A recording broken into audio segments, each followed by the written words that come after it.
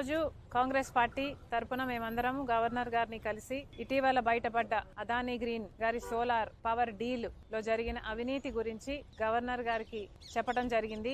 ఈ డీల్ వల్ల ఆంధ్ర రాష్ట్రానికి కూడా నష్టం జరుగుతుంది అని చెప్పడం జరిగింది. కాబట్టి ఈ డీల్ ని స్క్రాప్ చేయాలని అడిగాము. దీని మీద ఎంక్వైరీ జరగాలని అడగడం జరిగింది. ముఖ్యమైన విషయం ఏమిటి అంటే అదానీ గారి ఈ డీలు ఆంధ్ర రాష్ట్రంలో చేసుకున్న ఈ డీల్ వల్ల నష్టపోయేది ఆంధ్ర రాష్ట్రం. ఈ భారం పడబోయేది ఆంధ్ర రాష్ట్ర ప్రజల మీద. కానీ లాభం మాత్రం అదానీ గారికి. ఇది ఎక్కడి న్యాయం అని అడుగుతున్నాం. కేవలం అదానీ గారికి లాభం చేకూర్చడానికి చేసిన ఈ డీల్ లో ఆంధ్ర రాష్ట్ర ప్రజలను తాకట్టు పెట్టడం జరిగింది. ఇది న్యాయమేనా? అది కూడా ఈ డీలు రాబోయే 25 సంవత్సరాల వరకు ఈ డీలు వర్తిస్తుంది అంటే ఈ తరమే కాదు వచ్చే తరానికి కూడా తాకట్టు పెట్టినట్టు దీని అర్థం కాదా? కేవలం ఒక్క అదానీకి మేలు చేయటానికి ఆంధ్ర రాష్ట్రాన్ని ఆంధ్ర రాష్ట్ర ప్రజలని తాకట్టు పెట్టి వాళ్ళకు నష్టం వచ్చినా పర్వాలేదు అన్న రీతిలో ఆలోచన చేశారు.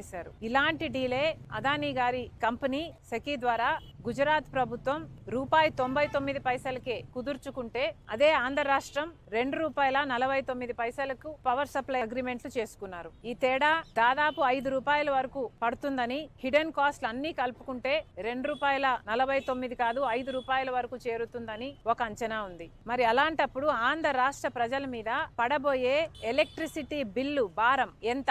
ఎన్ని లక్షల కోట్ల రూపాయలు ఆంధ్ర రాష్ట్ర ప్రజల నెత్తిన మోపపోతున్నారు? ఇంతవరకు కూడా అటు కేంద్ర ప్రభుత్వం అయినా ఇటు రాష్ట్ర ప్రభుత్వం అయినా ఒక్క ఎంక్వైరీకి కూడా ఎందుకు కమిషన్ చేయలేదు అని ప్రశ్నిస్తుంది కాంగ్రెస్ పార్టీ. ఈ అవినీతి బయటపడింది, డిస్కవర్ చేసింది మన ఏజెన్సీలు కాదు. భారతదేశానికి సంబంధించిన ఈడీఓ, భారతదేశానికి సంబంధించిన సిబిఐఓ అవినీతి జరిగిందని అదానీ లాంటి వాడు ఆంధ్ర రాష్ట్రానికే 1750 కోట్ల రూపాయలు లంచం ఇచ్చి ఒక డీల్ సంపాదించుకున్నాడని, మిగతా రాష్ట్రాలకు ఇంకొన్ని వందల కోట్ల రూపాయలు ఇచ్చి మిగతా రాష్ట్రాల దగ్గర నుంచి కూడా పవర్ సప్లై అగ్రిమెంట్లు డీళ్లు సంపాదించుకున్నారు అన్న విషయము మన ఏజెన్సీలు ఏవి బయట పెట్టలేదు. ఎంత సిగ్గుచేటు!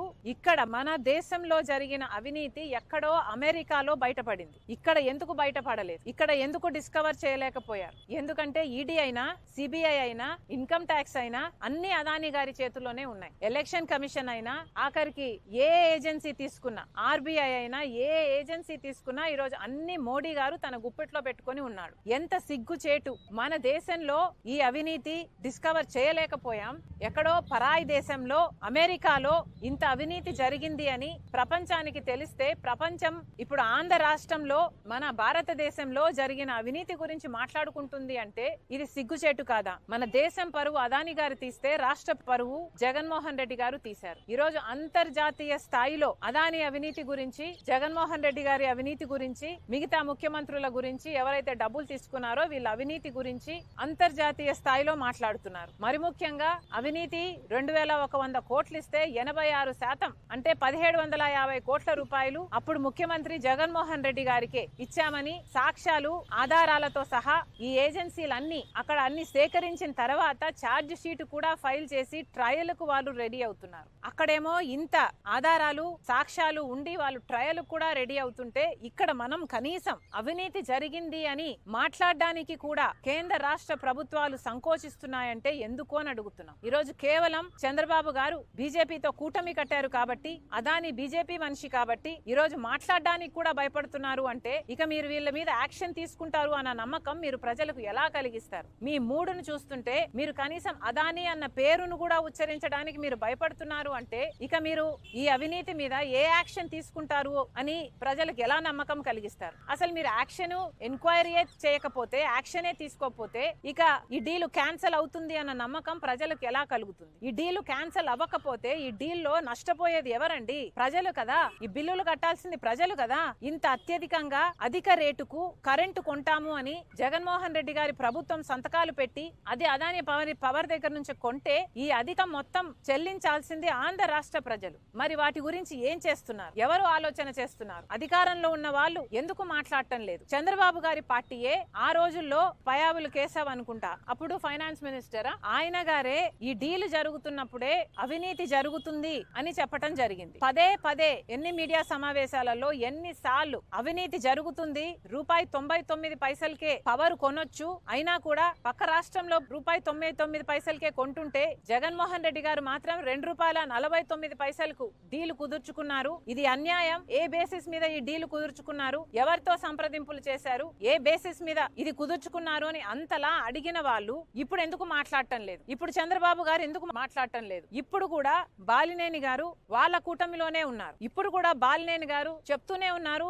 గోల్మాల్ జరిగింది అని, అక్రమం జరిగింది అని. మరి మీ కూటమిలో ఉన్న వాళ్ళే అక్రమం జరిగింది అని ఇప్పుడు చెప్తున్నారు. అప్పుడు కూడా ప్రెస్ మీట్లు పెట్టి ఉద్యమం చేసేంత లెవెల్లో మీరు మాట్లాడారు. మరి ఏ యాక్షన్ అయినా ఎందుకు తీసుకోవటం లేదు అని అడుగుతున్నాం. ఇది అన్యాయం కాదా అని అడుగుతున్నాం. కనీసం అసెంబ్లీలో చంద్రబాబు గారు జగన్మోహన్ రెడ్డి గారు అవినీతికి పాల్పడ్డారు అని మాట్లాడారు తప్పితే అదాని పేరు కూడా ఉచ్చరించడానికి ఇష్టపడలేదు అంటే ఇక మీరు ఏం యాక్షన్ తీసుకుంటారు? మీరు ఏ యాక్షన్ తీసుకోకపోతే, ఈ డీలు క్యాన్సిల్ అవ్వకపోతే ఈ బిల్లుల భారం పడేదంతా ప్రజల మీద కదా, ప్రజలు కదా చెల్లించాల్సింది. మరి అధికారంలో మీరు ఉన్నప్పుడు మీరు ఏ యాక్షన్ ఎందుకు తీసుకోరు అని అడుగుతున్నాం. ఇది ఎక్కడి న్యాయం అని అడుగుతున్నాం. ఈ రోజు చంద్రబాబు గారు బీజేపీ పార్టీతో కూటమి కట్టారు. ఇక్కడ అసెంబ్లీ లెవెల్లో అసెంబ్లీలోనే మీరు మాట్లాడలేదు అంటే, ఇక్కడ స్టేట్ లెవెల్లోనే మీరు ఏ యాక్షన్ తీసుకోవడం లేదు అంటే, ఇక సెంటర్ లో పార్లమెంట్ జరుగుతుంది ఒక పక్క, అక్కడేమో కాంగ్రెస్ పార్టీ అదాని అవినీతి గురించి పోరాటమే చేస్తుంది. జాయింట్ పార్లమెంటరీ కమిటీ ఎంక్వైరీ చేయాలి అని అడుగుతుంది. మీరు కనీసం అక్కడ మీ ఎంపీలు ఉన్నారు,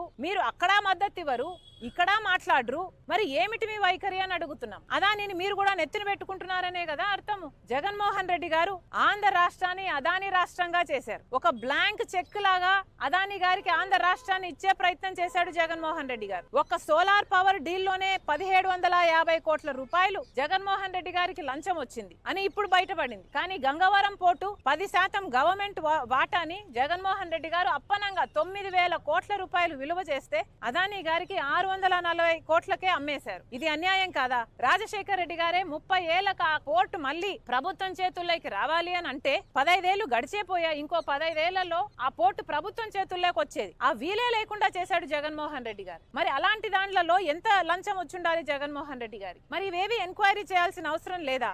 అవినీతి ఎంత జరిగింది, ఎక్కడ జరిగింది అని, అన్యాయం జరిగింది అని మీరు తెలుసుకోకపోతే ఆ డీళ్లు ఎలా క్యాన్సిల్ చేస్తారు? ఆ డీళ్లు క్యాన్సిల్ చేయకపోతే మరి ప్రజలకు అన్యాయం చేసిన వాళ్ళు కారా మీరు? మిమ్మల్ని ఓట్లేసి గెలిపించింది ప్రజలైనప్పుడు అన్యాయం జరిగింది, అక్రమం జరిగింది, క్రైమ్ జరిగింది అని అమెరికా వాళ్ళు చెప్తున్నారు. సాక్ష్యాలు, ఆధారాలు ఉన్నాయని వాళ్ళు చెప్పి వాళ్ళు ట్రయల్ కూడా ప్రొసీడ్ అవుతున్నారు. మరి అలాంటప్పుడు కనీసం ఇక్కడ ఎంక్వైరీ చేయాల్సిన బాధ్యత మీకు లేదా? వెంటనే ఎంక్వైరీని కమిషన్ చేయాలని చంద్రబాబు గారిని డిమాండ్ చేస్తున్నాం. అంతేకాదు పార్లమెంట్ లో కూడా కాంగ్రెస్ పార్టీ పోరాటం చేస్తుంది జేపీసీ కావాలని ఈ అంశం మీద. పార్లమెంట్ లో కూడా చంద్రబాబు గారు కాంగ్రెస్ పార్టీకి మద్దతు పలకాలని డిమాండ్ చేస్తున్నాం. అమ్మా